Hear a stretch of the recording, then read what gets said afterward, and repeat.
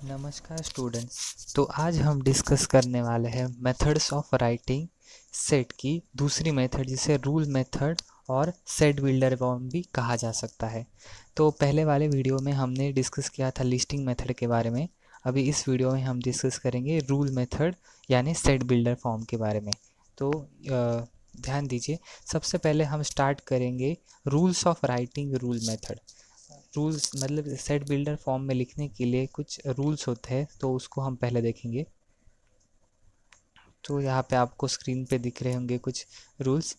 तो सबसे पहला रूल है right all element of the set in a curly bracket. ये सबसे इजी है कि हर सेट को हम कर्ली ब्रैकेट में ही लिखते हैं, तो उसके बारे में कुछ नहीं। सेकंड वाला इंटरेस्टिंग है, identify the common property of the element of the set.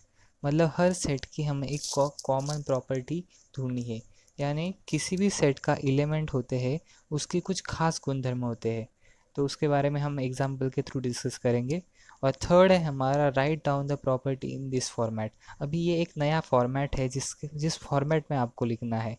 तो यहाँ पे ए यहाँ पे सेट डिनोट कर रहा है, और यहाँ पे इसको पढ़ेंगे कैसे, सबसे बड़ा क्वेश्चन यही है कि इसको पढ़ते कैसे ये फॉर्मेट को। तो आप ध्यान से सुनिए, हम इसको पढ़ेंगे। A is set of X, A is set of X, और इस स्लैश का मतलब होता है सच दैट, इस स्लैश का मतलब है such that X is a common proper, x is उसकी कुछ भी स्पेशल प्रॉपर्टी होगी वो। इसको हम एग्जाम्पल से डिस्कस करेंगे। तो यहाँ पे देखिए, सबसे पहला एग्जाम्पल हमें दिख रहा है। ए एक सेट है जो कि है 2 4 6, यानी ये एक इवन नंबर का सेट है, क्लियरली दिख रहा है हमें। तो इसकी स्पेशल प्रॉपर्टी आपको देखते ही समझ में आ रही होगी कि ये 2 से स्टार्ट हो रहे, 4 2 4 6, ऐसे ये सारे इवन नंबर्स है। तो यहाँ पे देखिए, इसकी स्पेशल प्रॉपर्टी है कि ये इवन नंबर है। तो हमने लिखा है set A such that A is a set of X. यहाँ पे देखिए, A is a set of X, A is a set of x such, इस स्लैश का मतलब है such that X is a even number, X is a even number. अभी हमने जो सेकंड प्रॉपर्टी थी कॉमन प्रॉपर्टी, ये देखिए इसकी कॉमन प्रॉपर्टी है इवन नंबर वाली। तो इसकी स्पेशलिटी क्या है कि ये इवन नंबर का यहाँ पे सेट है। अभी इसको समझने के लिए हमें कुछ और एग्जांपल्स के थ्रू इसको हम बहुत अच्छे से समझेंगे। बस आपको रूल एक बार बस आप दिमाग में डाल दीजिए कि रूल यही है कि पहला रूल तो बहुत सिंपल है, कर्ली ब्रैकेट में लिखना है। सेकंड में क्या है, उसकी कुछ भी जो भी सेट हमको दिया है उसकी हमको स्पेशल प्रॉपर्टी सर्च करनी है। और थर्ड है, इसको ऐसे फॉर्मेट में लिखना है। ये फॉर्मेट बहुत इंपॉर्टेंट है। तो हम मूव करते हैं हमारे एग्जाम्पल की तरफ। तो यहाँ पे देखिए, अभी क्वेश्चन पढ़ता हूँ मैं सबसे पहले। Write down the given set, given write down the given set in rule method और सेट बिल्डर फॉर्म। मतलब यहाँ पे हमें ये ज़्यादातर लिस्ट मेथड में ये सेट दिए गए हैं जिसको हमें कन्वर्ट करके लिखना है रूल मेथड यानी सेट बिल्डर फॉर्म में। तो सबसे पहले स्टार्ट करते हैं फर्स्ट एग्जांपल से। अभी फर्स्ट एग्जांपल में दिख रहा है ए इस सेट, और ए यहाँ पे सेट दिख रहा है जिसमें अल्फ़ाबेट्स दिख रहे हैं हमें COLUR। तो देखिए COLUR, इसको मिला के मैं एक यहाँ पे एक शब्द तैयार कर सकता हूँ, एक वर्ड बना सकता हूँ जिसे हम कहेंगे कलर। तो इसकी स्पेशलिटी क्या हो गई कि ये कलर जो वर्ड है इसके सारे अल्फ़ाबेट्स है। अभी देखिए, ये हमको देखते ही पता चल रहा है। तो ये ऐसा ही हमें यहाँ पे हर एग्जाम्पल में थोड़ा दिमाग लगाना है कि क्या हो सकता है। तो इसको हमने लिखा कैसे है, वो फॉर्मेट पे आते हैं सबसे पहले। ए, अभी देखिए मैं कैसे पढ़ रहा हूँ आपको। A is set of X, A is set of x such that X is a letter in the word colour. मतलब ए ऐसा सेट है एक्स का जिसमें एक्स जो है वो डिनोट करता है letters in the word colour, जो कि कलर के वर्ड के सारे लेटर इस सेट में आ रहे हैं। देखिए, बहुत इजी एग्जांपल था। अभी हम मूव करते हैं हमारे सेकेंड एग्जांपल पे। यहाँ पे हमारे सेकेंड एग्जांपल पी हमको सेट दिया गया है जिसमें कुछ अल्फ़ाबेट्स दिख रहे हैं A E I O U। तो आपको पता नहीं होगा तो मैं बता, ये है इंग्लिश के वॉवल्स, वॉवल्स यानी स्वर होते हैं। तो हमने इसकी स्पेशल प्रॉपर्टी क्या है कि इंग्लिश में जो अल्फ़ाबेट्स होते हैं उनके अंदर जो स्वर होते हैं ये वही है, ए ई आई ओ यू, वो स्वर है। तो हमने देखिए कैसे हम इसको रीड कर रहे हैं। पी पी अभी लिखते कैसे, पी हमने देखिए लिखा है ऊपर, P is set of x such that X is a vowels in a English alphabet, मतलब हमने वो फॉर्मेट के अनुसार लिख दिया। यहाँ पे हमारी कॉमन प्रॉपर्टी जो स्पेशल प्रॉपर्टी थी वो हो गई यहाँ पे। तो P is set of x such that X is a vowels in English alphabets. बहुत ज़्यादा ईजी था ये। अभी ये आपको धीरे थोड़ा हल्का सा समझ में आया होगा।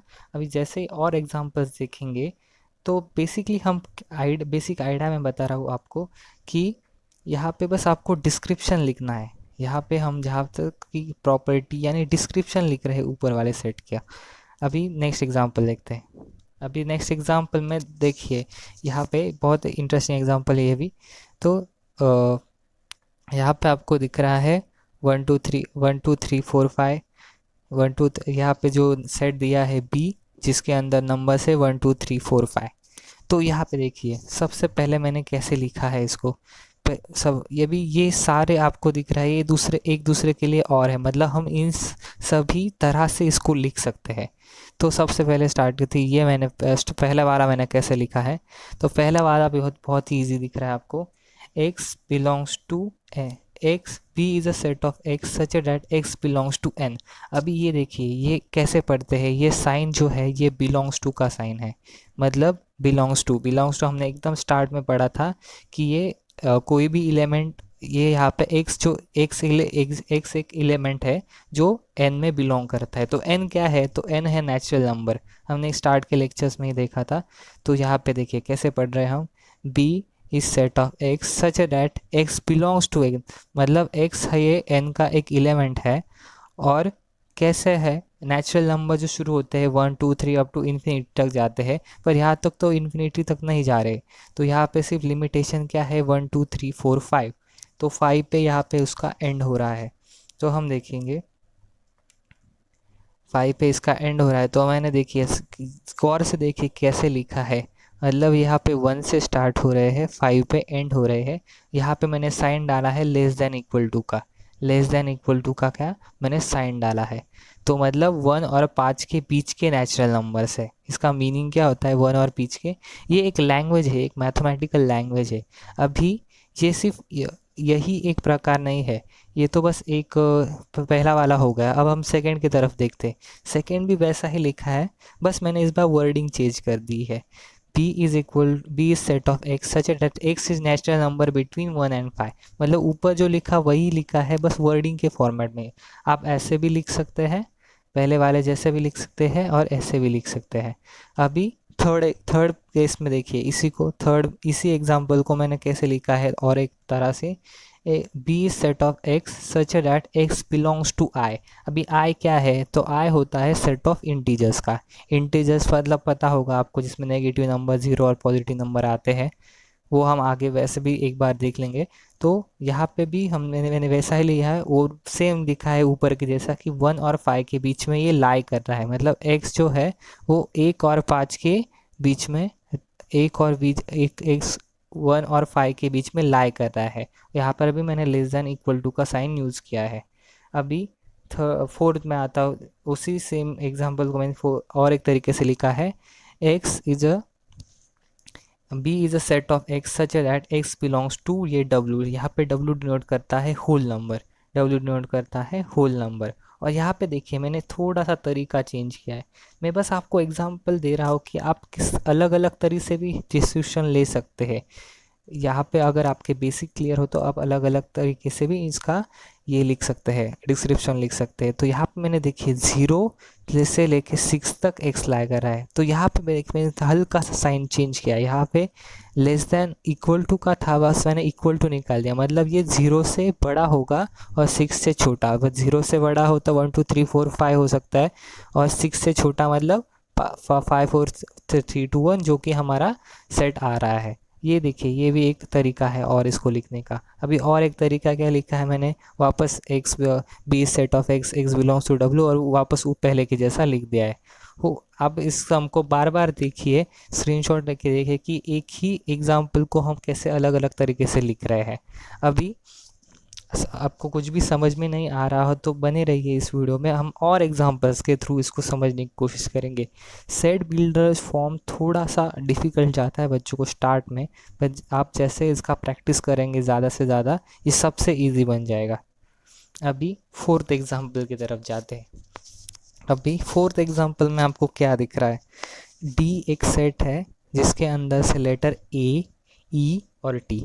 डी एक सेट है जिसके अंदर के लेटर है ए, ई और टी। तो यहाँ पे देखिए मैंने इसको लिखा कैसे है, इसको सॉल्व कैसे है। D is set of Y.